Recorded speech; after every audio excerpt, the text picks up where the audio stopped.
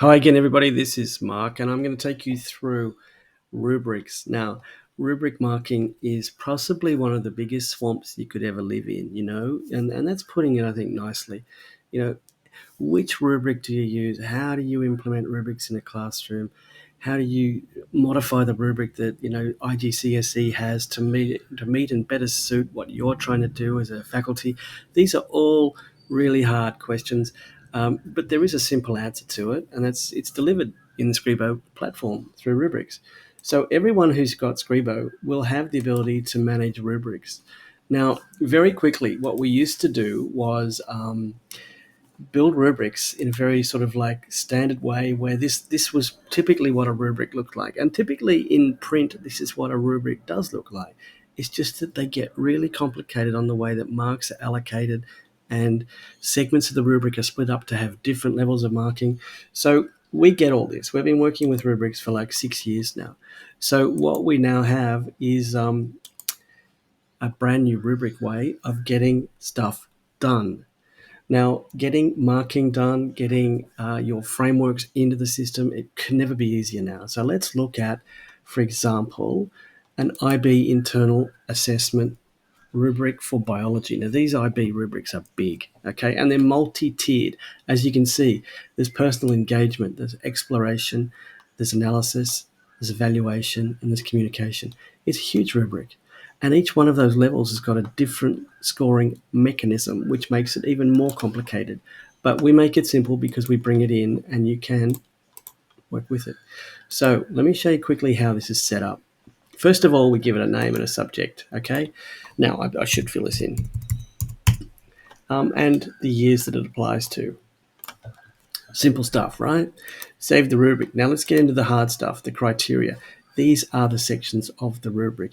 These are obvious in the rubric itself, and these are simply things that you can edit and quickly build out to be very customized as to how it works for you.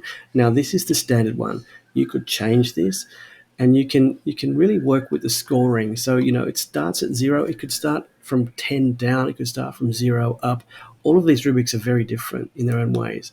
But what we have here is the score range and the achievement labels. Now, some schools don't give scores, they give achievement references, like you're at S2. Now, if that means something to everybody, well, that's great. Let's call it S2. Other schools like to say you got 6 out of 10. So it's up to you as to how you want to structure that. You can use achievement labels or you can use scoring labels. You build these criteria out to be really exactly what you want to achieve. The analysis section, for example, has got many more layers. These are the evaluation points that AI will take into consideration. Now, my recommendation is this. A lot of rubrics are very vague. They leave this sort of cognitive space where teachers can say, oh, yeah, I think this way. Others can say, I think the other way.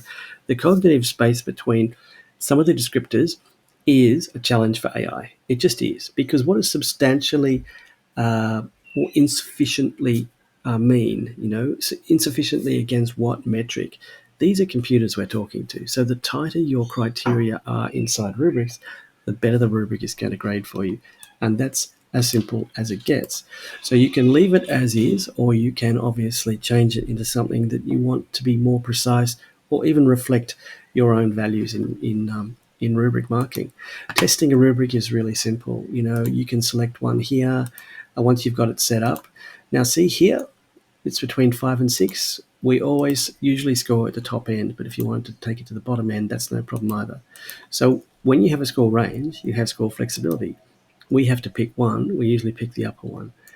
So there you go. It's working. It's 12 out of 24. It's exactly what you want. You can share that with teachers in your community, so it becomes a public rubric.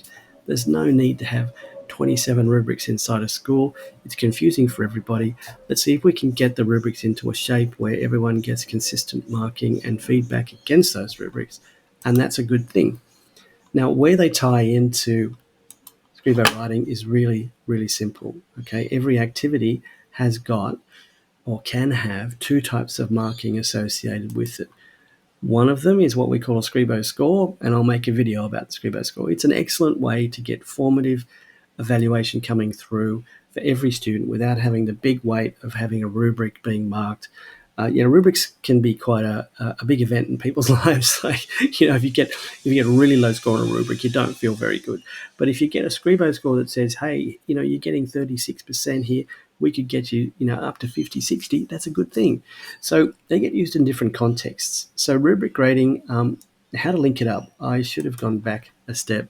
And as you can see, I'm not editing this video. This is live, right? So this is running as a teacher would run it. Let's have a look.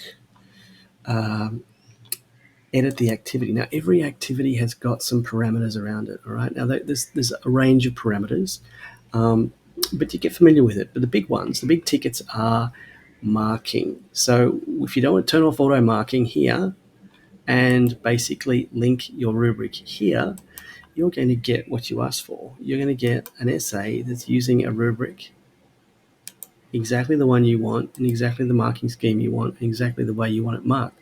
So when you go into that essay for a student and you click on Mark Rubric, OpenAI Rubric Grading, here's your rubric, okay? This is the one we just set up on IB. Grade using this rubric, and we can grade all students or just one student. Typically, teachers usually do one at a time to just take that moment to say, yeah, that's about right, 13 out of 24. Okay, what we give is feedback at every level of the rubric. So here is the big time saver, okay?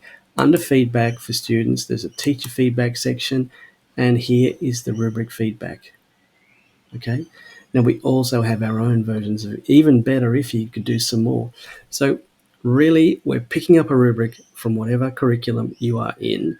We're framing it into the system exactly the way you want.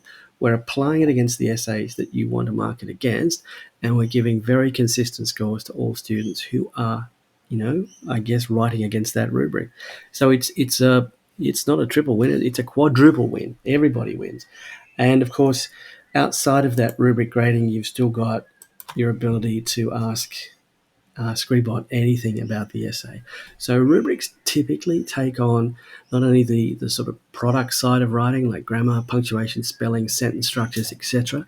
They're not really strong on that. They're more intent on did you mount the argument? How was the use of your emotive language? Did you have citations, an essay? Did you have credible sources from which you got information? This is all able to be done with Scribo. So did you use credible sources of information in this essay? Okay, so really the support comes from many angles. Obviously, if you're assigning against a Cambridge curriculum, you've got to use the Cambridge rubric. That's okay. IGCSE, PSLE, IELTS, TOEIC, TOEFL, they all have rubric frameworks. But that's just to get a score. The whole intent of writing is to get better at writing. So mounting better arguments, better constructs, all of these things that make the bigger difference. And that's where Scribo comes into a company. So across the varying sources of grading and metrics and feedback you can give students, you've got a real, support mechanism built into here. And as you can always tell with my videos, I don't click around like crazy man saying, just do this, just do that. You've got to follow your nose as a teacher to say, this is what I'm out to achieve. We'll help you get there. And if we can get you there and there's the least amount of clicks and trouble, that's even better for you. So that's a quick spray on how to do rubric grading. And it's just a bit more about just feedback grading inside Scribo. It evolves like a Komodo. Once you get into Scribo and you start thinking, this is what I want to do and achieve, the steps, we don't hold you back. The steps just to sort of evolve with you. So if you wanted to do something really simple, in terms of grading, do it. Do it really simple in terms of grading. If you want to put a rubric in there, do it. Just keep moving and let us know if there's any corners that you might get caught in. But we're really intent on working with teachers to smooth these processes out. We work a lot with teachers. We have teachers on staff. This is what we do.